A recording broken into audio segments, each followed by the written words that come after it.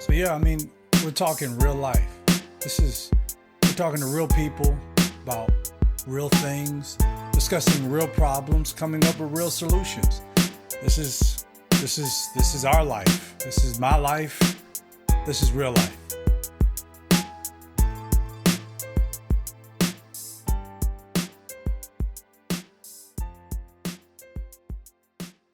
Everybody enjoying themselves so far?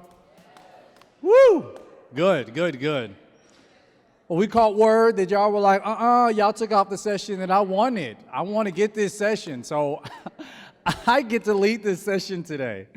If you came in here to hear about finances, we're not gonna do that one right now. We're gonna do it tomorrow morning. I know you guys are just so shot about that, but honestly, I'm not the person to teach on finances. I probably wish I was, but I'm not.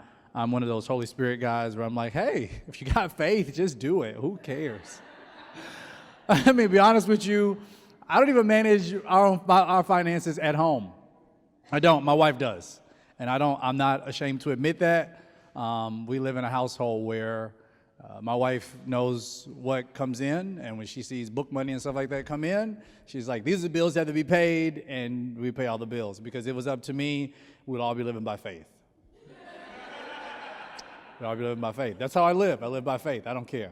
I will get to a place, and then we'll figure it out when we get there. The only bad thing about that is you can do that when you're single, but when you have a family, you got to have a hotel room, because hotels don't operate by faith. They don't care.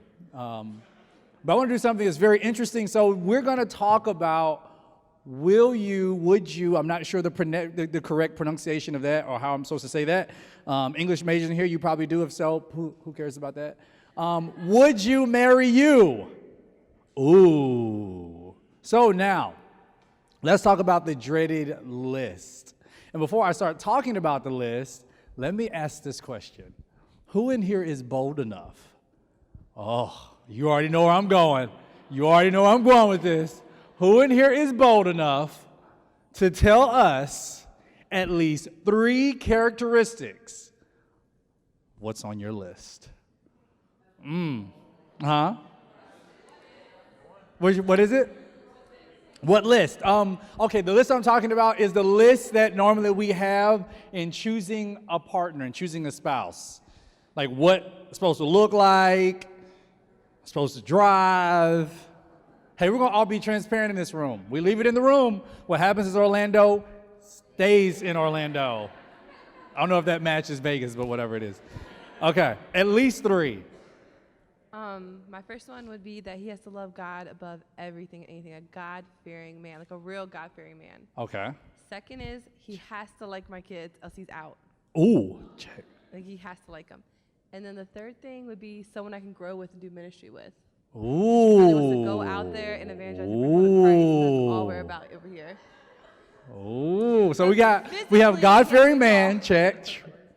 We also have a man who loves your kids, check. You have a man who can grow and do ministry with. I want to do ministry. Just go out there and live our life for Christ and bring people to Jesus. That's all I want to do.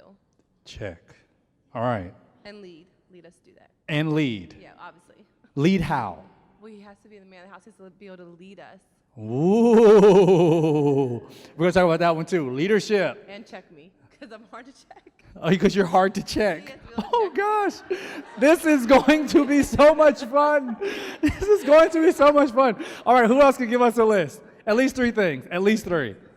Okay, we're going to get a guy. Uh-oh. Zach, do all the guys proud. No. Hey, listen. Do not even think that you're surrounded around a room full of single ladies. So don't even think about that right now. Just be completely honest. Be completely honest in this moment. Be completely honest. That was it. So she has to be a God-fearing woman. Okay, that one is already a given. Okay. That one's already given. Okay. So give me 3 more. Give me 3 more. Give me 3 more. She has to walk by faith and not by sight. Okay, we know that one too. Give me 3 more. All right. Nope. We're going to dive deep. Don't be acting like. Okay. Don't be giving these little shallow answers. No. No. Bring it. She has to be willing to submit. Oh. That's the main Wow. one. Okay, one. We'll accept that one. It may sound cliche, but literally a Proverbs 31. Okay. Going down All points? all points. Woo. A lot to live up to. That's like industrious, waking up early in the morning. Woo! That's a lot to live up to. She make wool. or at least be. Woo! She make her own clothes. Like, woo! Woo, we gonna get on that one too. Okay, one more. And she has to want kids. She has to want kids. Because I want to be a father. Okay, so you want to be a father. Okay, now we're going to tackle some of these things. We're going to talk about this list. Because we all have a list. We probably would want to act like we do not have a list, but we all kind of have a list. I know when I was single, I had a list. And I used to tell people that my list was two things. I had two things on the list: sassy and classy. I know preachers should probably not have those, but that was those two things on my list: sassy and classy. Because like I said before in the earlier session, I was fully prepared to marry a woman who had kids. I did not mind if she had kids. I've married women who look all different types of ways. That wasn't my biggest setback, my biggest issue. I just wanted somebody who would be classy, but who also had the right amount of sass to it. Because you don't want to marry somebody who's just completely boring, right? You don't marry somebody who's completely boring. You want somebody who can have some excitement about themselves, and you want to have fun with that. Now, here's the thing about the list, though, and you think you have to be careful about the list. I'm going to be talking about why. If you just came in here, I am talking about would you marry you? The thing about the list is that the list gives us an expectation of what we think we want.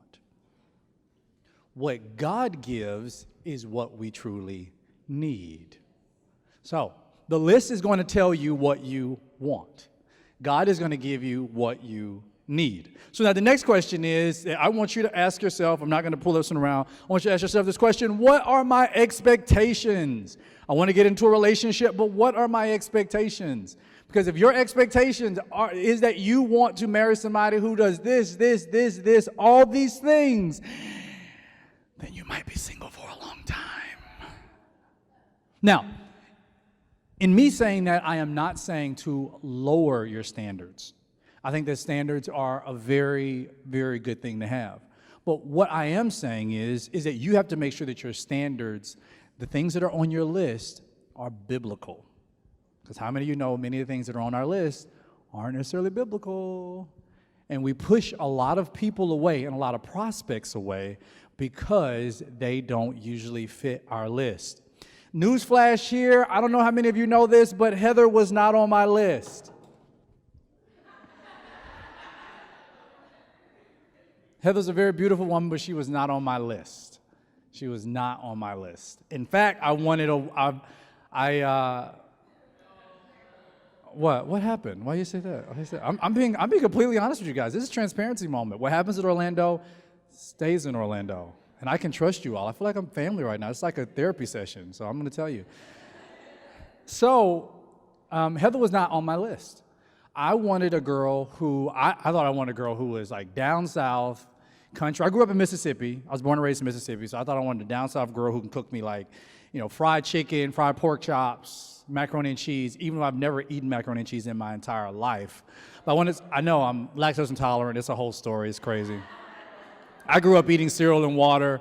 I know. It's like, some people are like, ugh, whatever. That's like the best sugar water after you finish a bowl of cereal. It's amazing. But hey, whatever. Don't get mad at me because I had to mix cereal with cow urine. It's fine. It's fine. No, I'm just playing. But anyways, so I can you tell I had a lot of gummy savers before I came down here? I had a ton of them. But nonetheless, my issue was that I thought I had everything that I liked in what I had and who I had before God brought Heather into my life. I did not think that who Heather was the type of woman that I would want to marry. Then God sends this woman into my life who has never fried a piece of chicken in her entire life. I looked at her and she was like, what do you like to eat? What is your favorite food? And I said, meatloaf. And she said, I don't know how to make that. And I thought, well, oops, next one. This is not going to work. This is not going to work. Because if you don't know how to prepare a good meatloaf, this is not happening. And I thought this is what I wanted. These are my expectations I had. I didn't feel like they were being met, so I felt like she needed to get out of the way. She had to move on. But then Heather, we continued to talk. And then I soon found out, you know what? Everything that was on my list, and here's the thing. I had this sassy and classy list, but I also had this other list. You know that list that we like to keep that's private. We don't want anybody else to know about. That's like, ooh, this is what I'm really looking at. But I had this other list in my head that I'm like, I don't know if she's going to match all these things because, you know what, I looked at Heather and I was like, you know what, she's pretty. And you know what they say about pretty girls. I don't know what they say, but I think they probably say something about them. I don't know. And then in my head, I was like, she's pretty. Like, because when I first met Heather, she had this, on her Facebook page, she had like modeling photos. And I was like, no, I don't get down with people who are models. I go through models because you know what they say about models. I don't know what they say about them, but I'm quite sure they say a lot about them. But I had an idea of who I thought she was, and I was judging her before I even got into a relationship with her. So I say all that to say everything that is on your list may not be God ordained. It could be things. This is what happens throughout. Sometimes we will take things through life, and we will take those things that we see. Like we may watch a movie and we may think, oh, I want somebody like that. And then we may listen to a song, probably Casey and JoJo or somebody else. And we'll take that song and we'll say, oh, I want somebody like this. So we'll take some else and we'll say, oh, I want somebody like this. And all of a sudden you have built together this beautiful prospect of what you think you want. The only issue is that everything that is on our list is typically not exhibited in our own lives. I'll never forget when Heather and I, when we first got married, I would walk into the house, and Heather worked from home. I was working at a church at the time, and I would work sometimes 12, 14-hour days. And Heather she worked from home. So, you know, like any person would do if you had a spouse who worked from home, you would think they probably did what? Nothing. They just sit at home all day. I mean, that's what it sounds to me like. You never left the house. Like, you should have gotten up and put on some clothes because you were at home. But she had to work all day long, but I didn't take that into account. I'm just like, well, you're at home, so it's easy. You can probably like answer the phone while you're taking a shower. Like, just do that. And I'm like, and I walked in the house one time, and I'm really bearing all of my business right now. I walked into the garage, walked through the house, and walked through the garage, you walk right into the kitchen. And I walk into the kitchen, I look over, and I'm like, oh, there's still dishes in the sink. And now all of a sudden I'm irritated. I'm so upset. And I'm getting ready to go upstairs, and Heather pops up. And Heather has always been a bubbly personality, which was never on my list. Never on my list. Ever on my list. I wanted somebody who was just, you know, as pessimistic as I was, and kind of still am. I wanted somebody who looked at life half empty, because I was like, you know what, we're just going to be comfortable at home. We don't need to go anywhere. We don't have to spend any money. We can just be fine at home. We don't need anything. You don't have to buy anything. Let's just be at home. And then God gave me a wife who was just super bubbly. From the time I never forget, we woke up. We were married.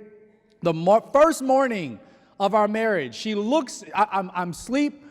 I open up my eyes, and Heather was looking over me like this.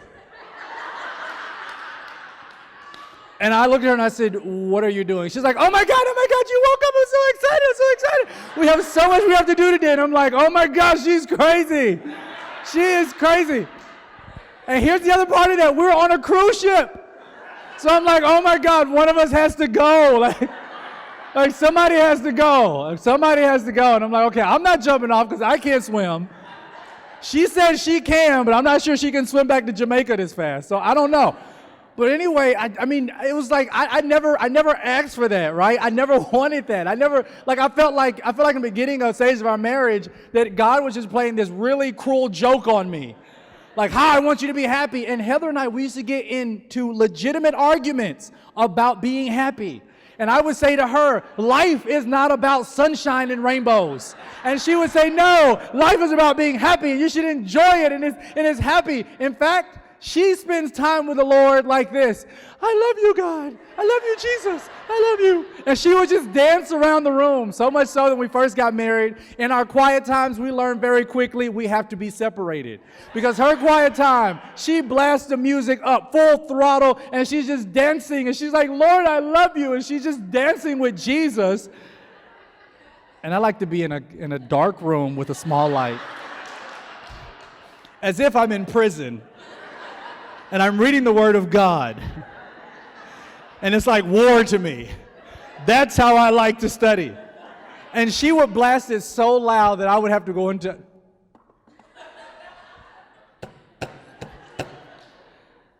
She'd open the door. Yeah, babe, could you please turn that mess down? And she's like, oh my God, you hate my music.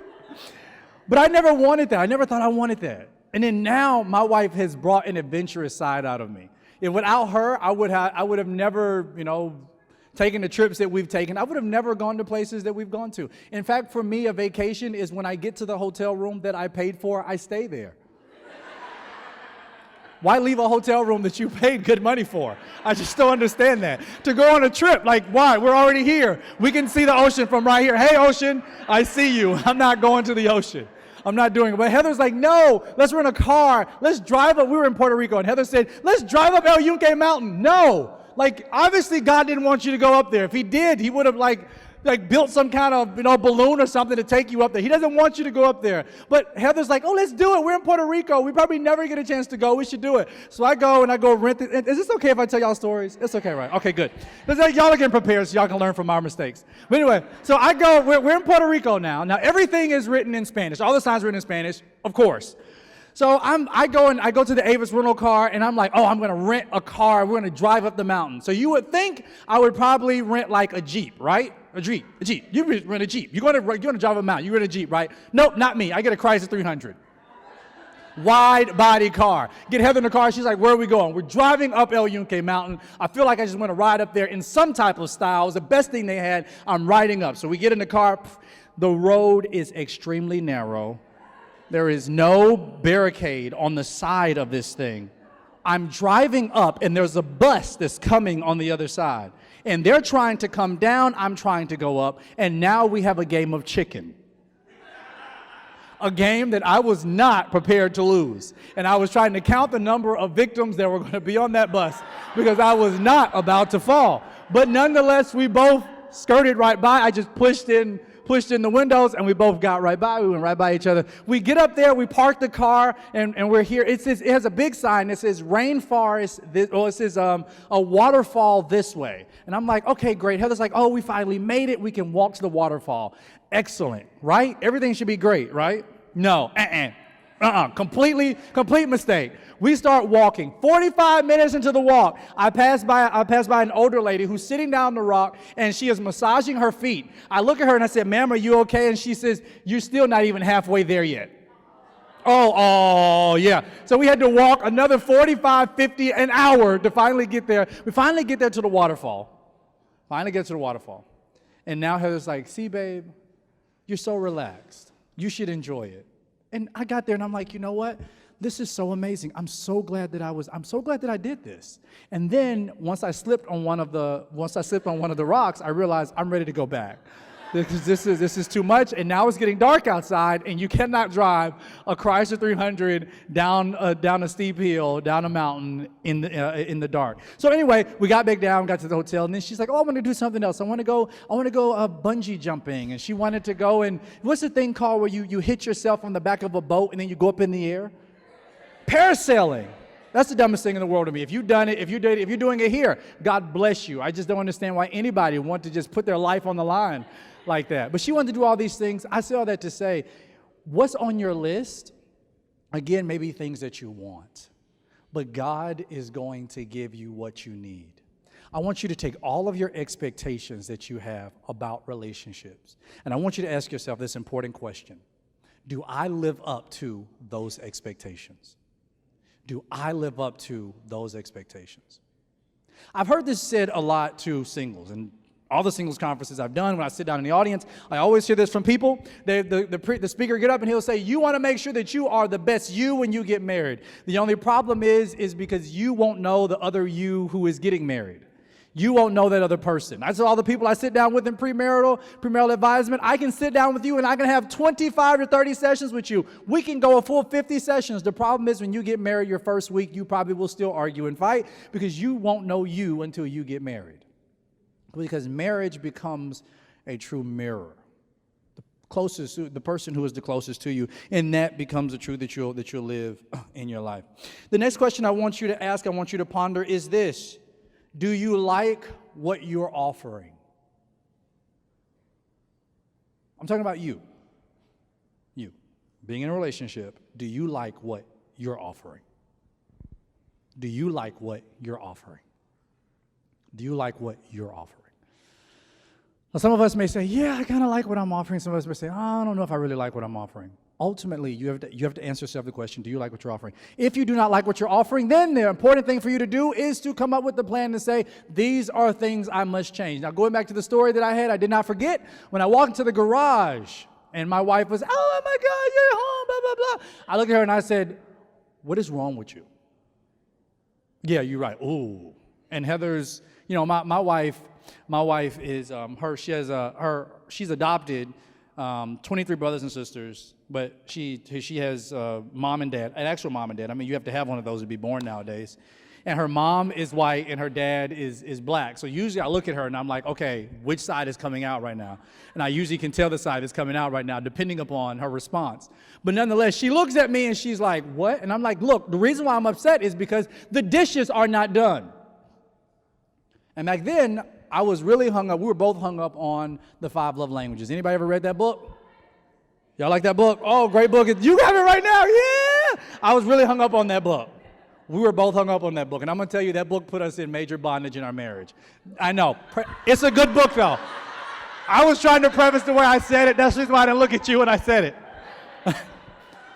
It's a really good book. It is a really good book. It put us in major bondage. It just depends on your perspective and how you look at it.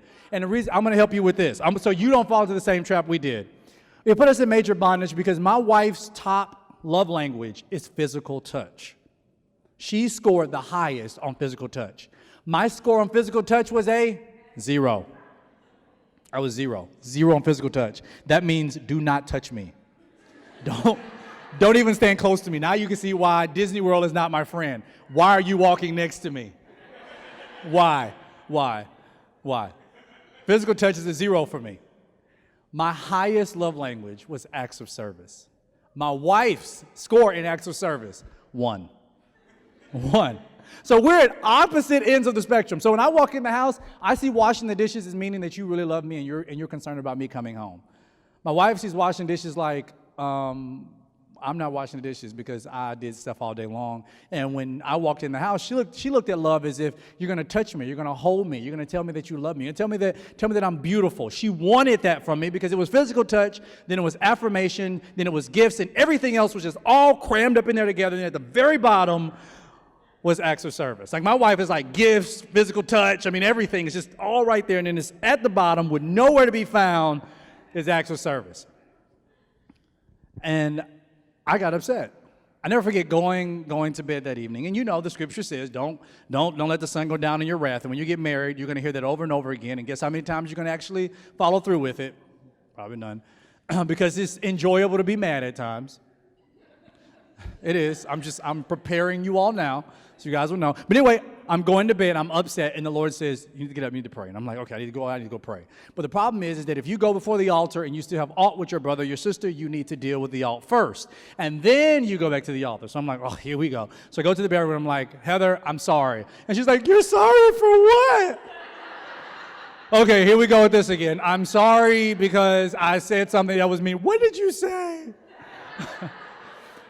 I'm sorry that I did this when you didn't do the dishes or something like that. And she's like, okay, but I love you, and I want you to know that I love you and I care for you.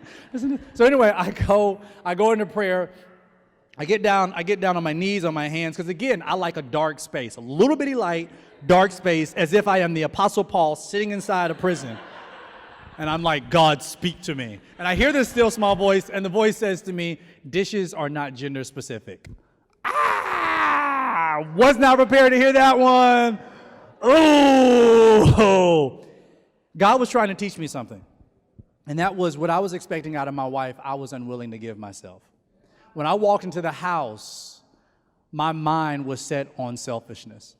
I was walking to the house to see what she has done for me, not walking into the house saying, what can I do to help serve her? I didn't ask her about her day. I didn't ask her what she has done while she was at home. I didn't ask her if she had a tough day while she was at work. In my mind, I was just focused on me. I walked into the house, I noticed this is what's going on. I'm like, oh my goodness, I can't, babe, we can't, I'm sorry. I go back to the room, I'm like, babe, I'm so sorry. And after that, my wife was extremely joyful, as you probably can tell. She's like, oh my God, you're right, dishes are not gender specific. They're not at all. They're not. And I'm like, well, they're not, but that still means we can still help out, you know?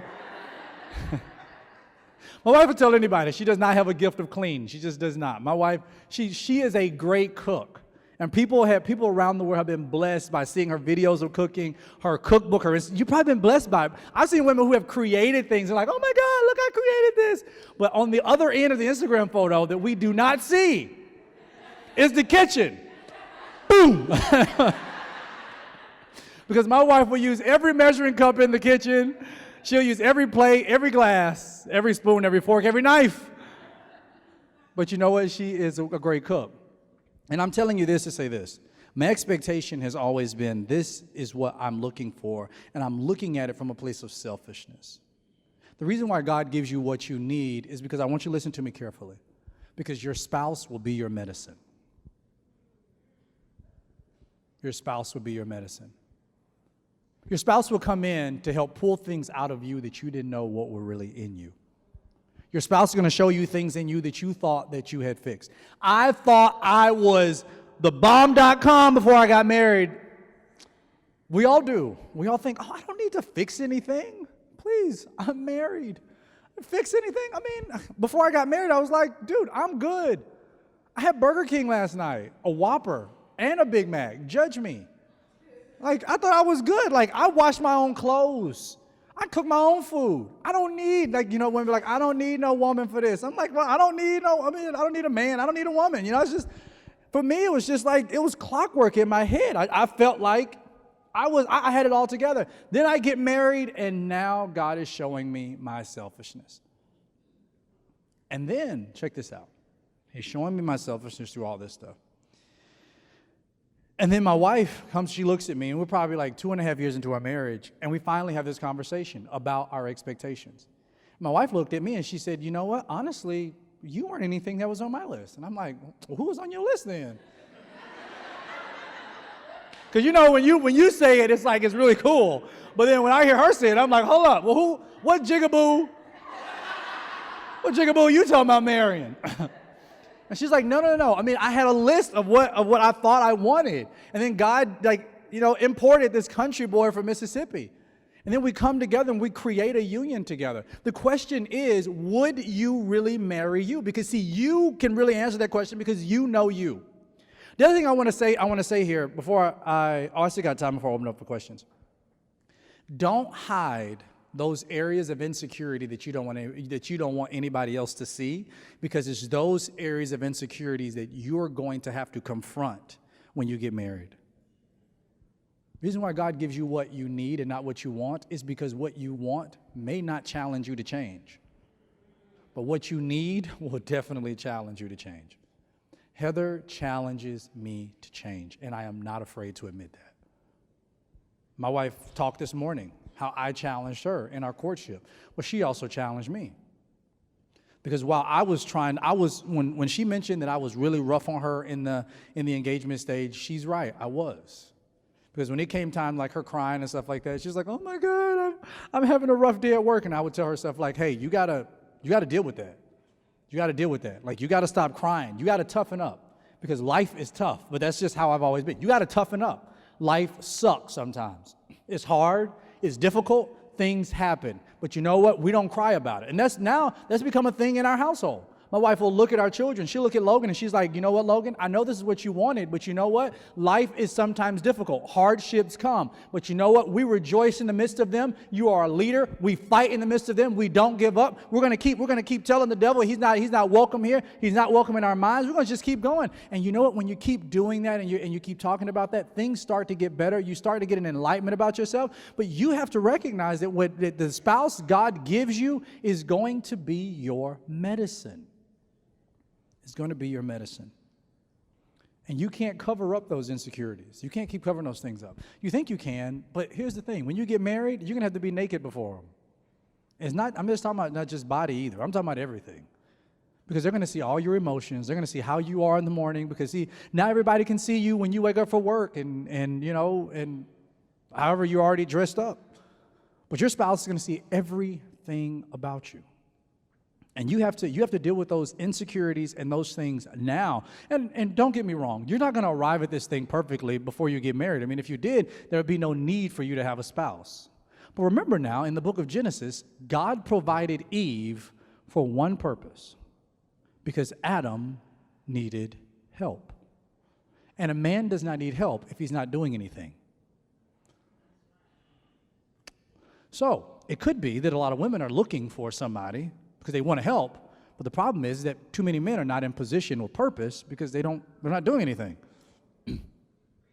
Before Eve was introduced, God gave Adam responsibility. He placed him in the garden. He said, I want you to cultivate it and to keep it. He gave him purpose. He said, I've created you in my image. He's given him identity. He's given him law and order. You can eat of every tree of the garden, but from the tree of knowledge, good and evil, you cannot eat thereof. God gives Adam everything he needs. And then he notices, but it's not good for you to be alone. So now I'm going to give you what you need, not what you want. I'm going to give you what you need. I'm going to create you a helpmeet that is suitable for you.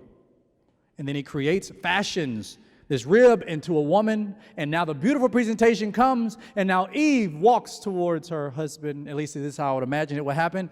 A beautiful presentation, and Adam looks upon Eve, and he says, bone of my bones and flesh of my flesh.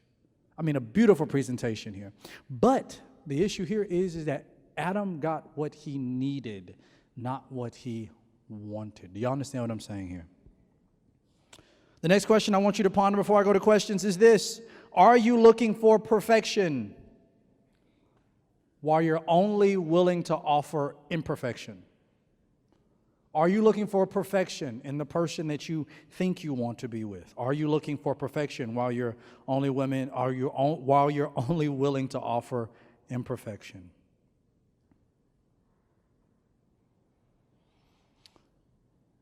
Are you only looking for perfection? You know what I'm talking about. I mean, sometimes we go to people and we look at them and we say, oh my God, I would never be with somebody like that. You better be careful who you claim you never be with. Because that very person who you claim you never be with, you never even give them a shot. Then it comes down to the question of the one. Y'all know, because we got God. My wife and I had this one young lady, man, she was having an anxiety attack. Because she felt like, God, I have missed the one. And will this man come back around? Because I feel like I had him, and I had him in my grasp. And he got away from me. We also knew a young lady, man. She looked and she said, God told me. You know what that one's like. God told me. I'm not pointing over there saying I know what y'all's situations is. I'm just doing like this. Y'all know what that one's like. Oh, that may have been prophetic, though. I don't know. But anyway, I'm just playing. I'm not a prophet. But anyway, God could have told you that somebody was the one, or somebody was one of the ones, whatever it is. But the issue is, even though you think you hear that, between us, let's just keep it to ourselves. Let's just write it down in the journal or something like that, And then if it happens on the wedding day, be like, oh my God, I wrote it down and it happened, look. And then let it be a testimony. Before you start telling people, you start embarrassing yourself, because this young lady, she was so sure God told her that was her husband. And then she got invited to his wedding. Oh, woo, you talking about stabbing in the heart. And she showed up. And she sat there. And before she got there, she told my wife, she said, I'm still believing God. That's not funny. That is not funny. It's not funny. It's not funny. That's not, and I should be rebuked for laughing. That is not funny. But anyway, she was still believing God. And my wife was trying to get her to understand, listen, honey, listen. God can make a presentation. God can make a presentation. Unless you see the presentation as it is presented unto you, then the one you're looking at is not the one you need. Let me also say this to you. The one that you really want is Jesus Christ. That's the one you really need. A presentation, God can make a presentation to you. Do you know that based on 1 Corinthians chapter 13, that whomever that we marry, we have the potential to remaining in wedded bliss with? Because love bears under anything. Now, God gives us very, very specific standards for marriage. God says, do not be unequally yoked. Deuteronomy chapter 22, verse 10 says, do not yoke an oxen with a donkey. Reason being is because a donkey, which is an unsaved beast, and an oxen, which is a submissive saved beast, if you put them together under the same, if you put them together in the same yoke, then one day the oxen is going to keep trekking along because they're submitted to the Lord, because submission is one of the things we want. They're submitted to the Lord, but then when the donkey says, I don't feel like going, how many knows donkeys can be stubborn? And how many marriages have you probably seen where there is a submissive oxen that is having to drag a donkey through life? Because that's what happens. God gives us standards. But some of us usually think, well, God, if you just don't send that one. And God's like, would you just be patient? Be patient. It could possibly be that it's not even the one that you're looking at. It could be the very one that you're looking over, that you refuse to give a chance because they're not everything that's on your list. But that's the one who actually honors you and values you as a woman, who honors and values you as a man. But you don't want to look at that person because that person has everything that you want. God's like, listen, I'm telling you, you probably need to reduce that list and make sure that list is biblical.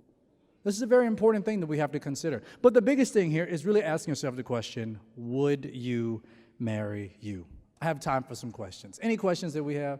Now, the hand should shoot all the way up because you all asked for this session. So if y'all don't ask questions, okay.